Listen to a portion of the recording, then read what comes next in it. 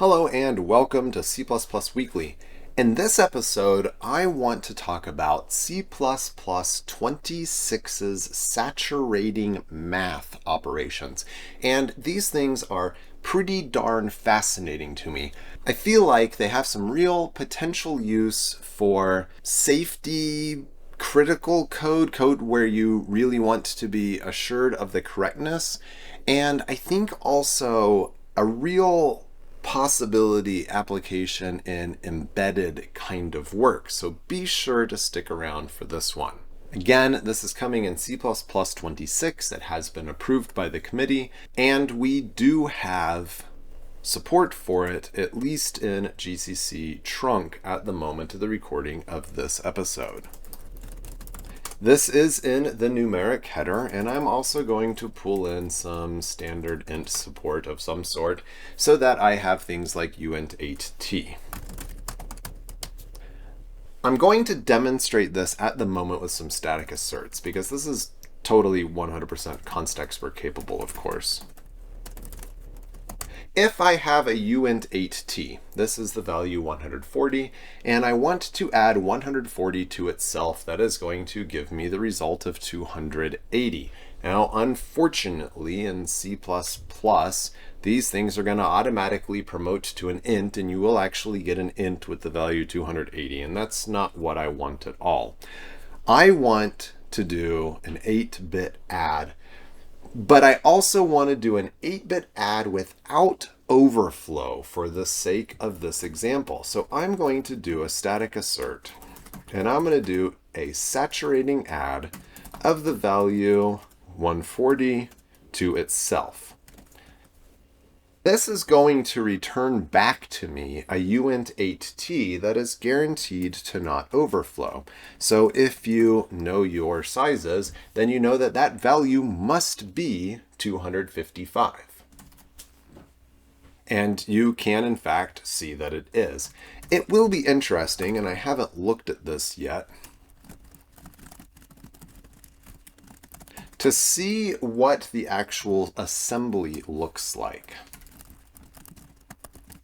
It's going to have to do some sort of perhaps oversized add and then check to see if there's an overflow and then a cap. I don't know. Okay, let's see.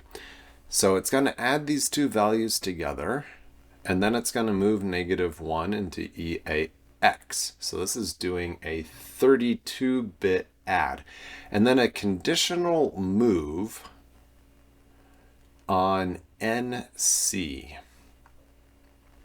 What kind of add is this doing? SIL, DIL.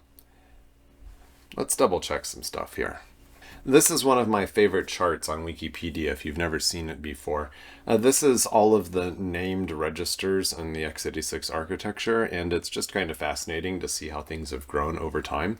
So we've got SIL and DIL. These are the 8-bit registers for the segment index and the data index, which is also the parameters that were passed to here in the registers in our 64-bit Titanium calling ABI that we've got here.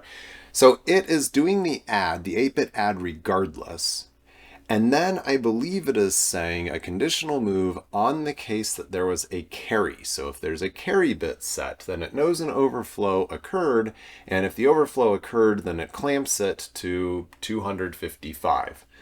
That appears to be what it's doing here, and that seems like a spectacularly efficient way to do this particular thing. Saturating add is interesting. I think you get the idea. There's also saturating cast, which I found to be particularly interesting as well. And again, I'm using const expr and static assert just to show you that the code compiles, therefore it has to be correct.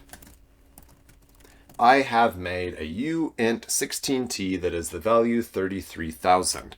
The max that an int16t can hold is 32,767. So this is bigger than a int16 can hold. It's also much bigger than an int8 can hold. So if I do a saturate cast of this value to an int 8t, I know it's going to max out that int 8t, and that value will be 127.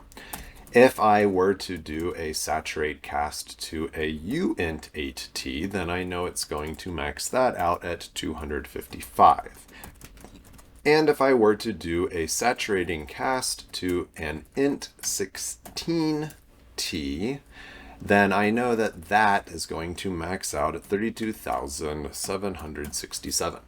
Well, there you go. That all compiles. These saturating operations that I just talked about, addsat, subsat, molsat, divsat, and saturate cast, were all added in C++ 26, and of course you can check out the details on CBP reference as one does.